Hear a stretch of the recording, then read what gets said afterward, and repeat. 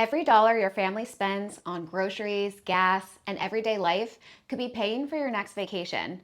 Many families have absolutely no idea that this is possible, and the ones who figure it out early have a completely different travel life than everyone else. I'm talking about flying your kids to Europe, staying in hotel suites that would normally cost $1,000 a night, going on cruises, taking the kinds of trips that most people assume require a massive income or years of savings, and doing it on a completely normal budget because you figured out how to make your everyday spending work for you. This is called points and miles. And if you have a family and you're not using this strategy yet, this video is going to change how you think about every dollar that you spend from this point forward. If you're new here, my name's Mary, and I teach families how to maximize their points, miles, and money so that you can travel the world for nearly free. If that sounds interesting to you, then give this video a like and make sure that you're subscribed. Now let's get into it. Let's start at the very beginning because if you're brand new to this, I want to make sure that you understand what we're actually talking about before we go any further. Points and miles are essentially a currency that you earn through credit cards and then spend on travel, flights, hotels, cruises, and more. There are three main types, and I want to briefly explain each one so that you know what we're working with. The first type is transferable bank points. These are the most powerful and the ones that I recommend families focus on first. The best example is Chase Ultimate Rewards points. You earn them through Chase credit cards, and then you can transfer them to a long list of airline and hotel partners, which is where the real value comes from. Instead of being locked into one airline or one hotel chain, you have flexibility. You move your points to whichever partner gives you the best deal for your specific trip. We stayed in a suite with an Eiffel Tower view, and it was booked by transferring my Chase points to World of Hyatt, costing me $0 out of pocket for a suite that was running for €1,000 per night. The second type of points are airline miles. These are earned through airline credit cards or by actually flying or transferring your points into the airline. Airline miles are incredibly valuable and honestly a huge part of how my family travels. We flew to Peru in business class, and that was booked entirely with airline miles. Each airline program works within its own network. So, for example, if you have United Miles, you can use them for United flights and United partner airlines. If you have American Airlines miles, you're booking on American and their partners. They're most powerful when you know which program you want to use for your specific route. The third type of points are hotel points. These are earned through hotel credit cards or by staying at specific properties. So for example, if you have a Hilton credit card, you're earning Hilton Honors points that you can redeem at Hilton properties. Again, incredibly useful, and for families especially, World of Hyatt is a program that I use a lot for my family. Hyatt delivers some of the best value in the entire points world for hotel stays, and you'll hear me talk more about this program as you get deeper into this hobby. For families just getting started though, I recommend leading with transferable bank points, specifically Chase Ultimate Rewards, because they give you the most flexibility right out of the gate. You can move them to airline partners, hotel partners, or use them in the travel portal. They're the foundation that everything else builds on top of.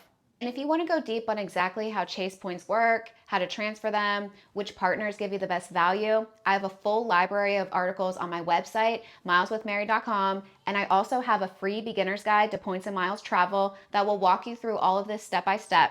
So I'll link the most relevant posts and that free guide in the description for you. Now here's something that nobody tells you when you have kids, and it's completely changed how I think about this whole game or hobby. Families actually have a bigger advantage in points and miles than almost anyone else, and here's why. Think about what your monthly spending looks like as a family.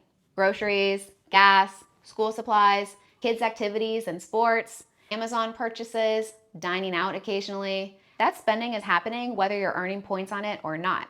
Most families are spending thousands of dollars every single month and getting absolutely nothing back from it. When you put that spending on the right credit cards, every single one of those dollars starts working for you. You're not spending more money. You're just earning points on money that you were already going to spend anyway. The second advantage that families have is that generally there are two adults.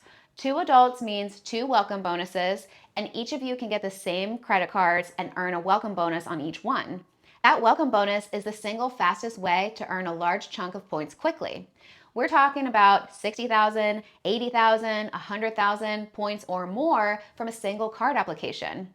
Both parents can strategically earn welcome bonuses, and then your points balance will compound pretty fast. My family has taken multiple international trips, largely funded by welcome bonuses alone.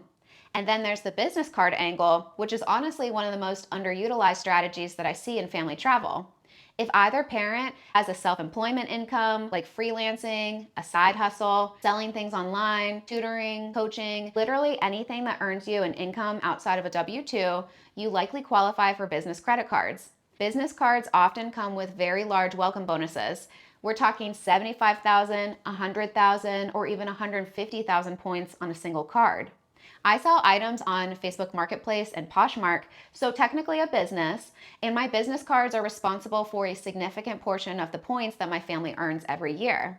So if you have any kind of self-employment income and you're not using business cards, you're leaving an enormous amount of points on the table. But even if you don't have a business and you don't want to get into business cards, the bottom line is that families tend to spend more and have more card holders, which means that your points balance can grow faster than almost anyone else's. You're not at a disadvantage because you have kids. You're actually in one of the best possible positions to make this work. Okay, so now that you understand what points are and why families are so well positioned to earn them, let's talk about how to actually get started. Step one is simple. Pick one card and start there.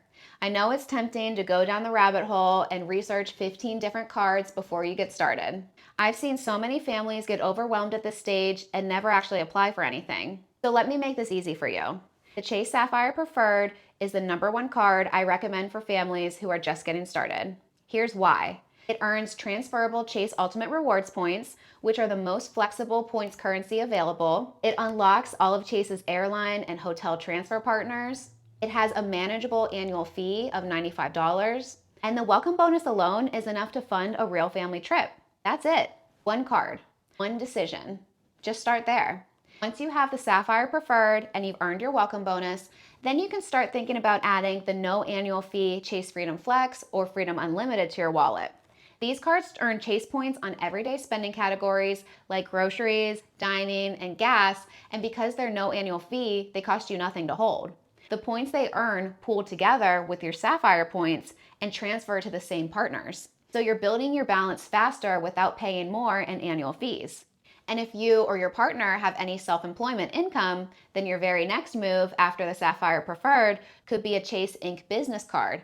The Ink Cash and the Ink Unlimited have no annual fee, and they come with a welcome bonus of 75,000 points, sometimes up to 90,000 points. And the Chase Ink Business Preferred offers 100,000 points. These are some of the most powerful welcome bonuses available, and most families with any side income qualify. If you want a full breakdown of exactly which cards I recommend and why, I have detailed reviews of every single one of these cards on my website. I'll link them in the description so you can read through the benefits and figure out which ones make the most sense for your family specifically. And the reason that I recommend that you start with Chase cards is because Chase has a rule called 524. So if you've opened 5 or more personal credit cards across any bank in the last 24 months, then Chase will likely decline your application. And Chase has a ton of really awesome travel rewards cards, so you don't want to lock yourself out of bonuses with Chase simply because you didn't start with them. So that's why I always tell families to start with Chase. Get your Chase cards first before you branch out to the other issuers. Business cards generally don't count towards your 524 total also, which is another reason why the Ink cards are so valuable early in your points journey. Okay, so now let's talk about what all of this actually means in real life. Because I think that people understand the mechanics of points and miles, but they still can't quite picture what it looks like for their own family. So let me show you what it's looked like for mine. That Paris trip that I mentioned at the beginning, we stayed in a suite at the Hyatt Regency with a view of the Eiffel Tower, booked entirely with Chase points transferred to World of Hyatt, and that suite in cash was running €1,000 per night. We paid zero. We also took our kids to Peru, and they flew in business class, lie flat seats, good food, priority boarding, the whole experience. Those flights were actually booked through Alaska Atmos Rewards, which is a great example of why having multiple types of points and miles in your arsenal matters. Sometimes the best redemption isn't Chase points. It's knowing which program to use for your specific trip. But as you get deeper and deeper into this hobby, you'll naturally expand your points balances and start branching into different points currencies anyway. I have a full video on how we booked that Peru trip, and I'll link it in the description as well. We've also taken 7 cruises, 3 of them were European cruises, and we have 4 more already booked. Cruising with young kids is one of the most underrated ways to travel as a family, and it's become a huge part of how we explore the world. You unpack once, the kids have endless activities, and you wake up in a new destination every day. And when you combine points and miles with smart cruise booking strategies, the cost becomes surprisingly manageable, even for a family of four. I have a full video on exactly how we do this, and I'll link that in the description because the cruise strategy is its own conversation, and it's a good one. And later this year, we're taking the kids to Disney World and staying at the Hyatt Regency Grand Cypress, booked entirely on points with $0 out of pocket. And the flights to Orlando were also booked entirely on points. Now, you know how crazy expensive Disney World can be. To be able to knock out the cost of the hotel and flights with points, that is a huge savings of thousands of dollars. We've also booked a trip to Maui at the Hyatt Regency Maui, also on points. This hotel costs between $500 and $700 per night, and we have a 7-night stay coming up that costs $0 because of points. These trips are not hypothetical. They're booked, they're on the calendar, and they're almost entirely funded by the points that we earned from credit card welcome bonuses and everyday spending. This isn't a rich person strategy. It's a smart person strategy. And families who figure this out early have a completely different travel life than the ones who never do. Every dollar your family is already spending could be working towards your next vacation. Your groceries, your gas, your everyday life, it's all potential travel waiting to happen. And now you know how to make it work. You don't have to choose between having a family and seeing the world. You just need a strategy, and now you have one. If you're ready to go deeper, here's exactly what to do next. Check the description, sign up for my free beginner's guide, look for the links to my full card reviews on my website, and that's where you can read through all of the card details and figure out which cards make the most sense for your family. Make sure to like this video, subscribe, and click into the next video that you see on the screen because it'll take you into my Points and Miles for Beginners series, which will teach you everything that you need to know to get started.